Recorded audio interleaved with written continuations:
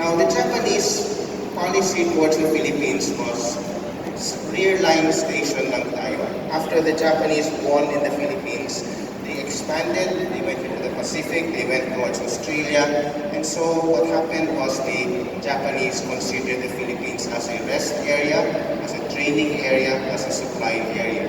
So naglagay sila ng mga supplies sa ibang lugar dito sa Manila, in Mindanao, and Jensan was seen as a major source of resources, at yung mga sources ay kinuha nila.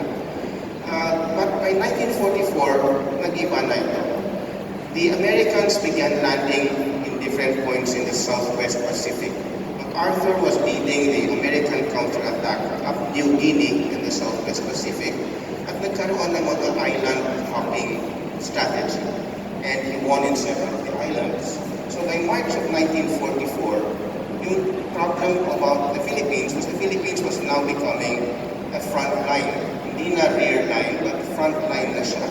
And so the Japanese would see the Philippines becoming a major problem for them. It became so major that the Japanese Southern Army headquarters, which was based in Singapore, moved to Manila itself because ganun ka-importante yung Pilipinas sa strategy ng Hapon. Singapore was not that important. Mas importante yung Pilipinas. So the commander of the Southern Army, General Terauchi, came to Manila, stayed in the Manila Hotel for a while, and directed operations here. By June of 1944, the Americans conquered Saipan and Guam sa Central Pacific. And obviously after this, yung next target ng Amerikano ay Pilipinas. The Japanese realized they needed more airfields. Kulang sila sa mga airfields, and Mindanao was seen as the potential site for invasion. Davao was well protected because nandun na malaking population ng Hapon sa Davao. Sarangani Bay was not that well protected. So the Japanese planned to build an important air base in Guayan.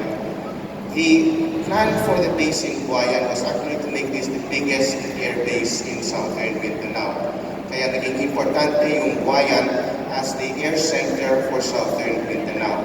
Our map will explain what was going on. Okay, so this shows the American advance. The southern one is General MacArthur's advance through New Guinea, the Southwest Pacific Islands, and by September, nakaabot na siya sa Boracay. The Central Pacific, ito naman yung US Navy advance. So you'll see, yung dalawang arrows na yun are going towards the Philippines. And if you follow MacArthur's attack from the south, the next objective would have been Mindanao. And what part of Mindanao? Southern Mindanao. The Americans knew that Davao was very heavily defended, so Sarangani yung mas importante. They would take Sarangani then, not knowing that the Japanese also were expecting the Americans to land. Kaya, aside from the airfield, they started building the bunkers, I would suppose by about June, July 1944. Who were the Japanese officers then?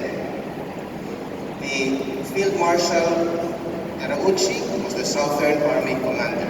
He was not in charge of the Philippines alone. The whole of the Southwest Pacific, yun ang area niya. So kasama yun Malaya, Singapore, French Indochina, Vietnam. The whole Southwest Pacific area was the command of Field Marshal Terauchi, the Southern Army commander. Before Yamashita came, it was General Kuroda. Kuroda was in charge of the Philippine defenses. And so it is most probable that during Kuroda's time, that the orders were given to start building the bunkers in the Philippines. Because the Americans were coming close to the Philippines, it was decided by the Japanese to reinforce Mindanao. The war plan that they had by June of 1944 was called yung Shaw 1 plan. Actually, tatlo yun. Shaw 1, Shaw 2, Shaw 3. Shaw 2 was invasion of Taiwan. Shaw 3 was invasion of Japan itself. But Shaw 1, kasi ito yung pinaka-importante sa kanila, was the invasion of the Philippines. And the Philippines would become the decisive battleground for Japan to defeat the United States. In order to establish the Shaw 1 plan, kailangan ma-reinforce yung Japanese forces. And so they reorganized the Japanese military in the Philippines. It used to be the 14th Army, but tinaas nila yung position and it became the 14th Area Army. At yung commander nito ay si General Kuroda. Under the 14th Area Army was the 35th Army in the Visayas and Mindanao. At yung commander na ito ay si General Orozumi. Reinforcements were immediately sent to Davao, Leyte, and Sarangani Bay area. The guerrillas reported shipping movements here in Sarangani Bay in May 1944. Dumami na yung mga barko. There was a lot of shipping moving here. And the Guayan airfield construction, minadali nila. It would become the most important Japanese air base in southern Mindanao from July 1944. They also had to protect themselves from US air raids and invasion. Kasi alam nila malakas yung American Air Force, malakas yung American Naval Air Forces.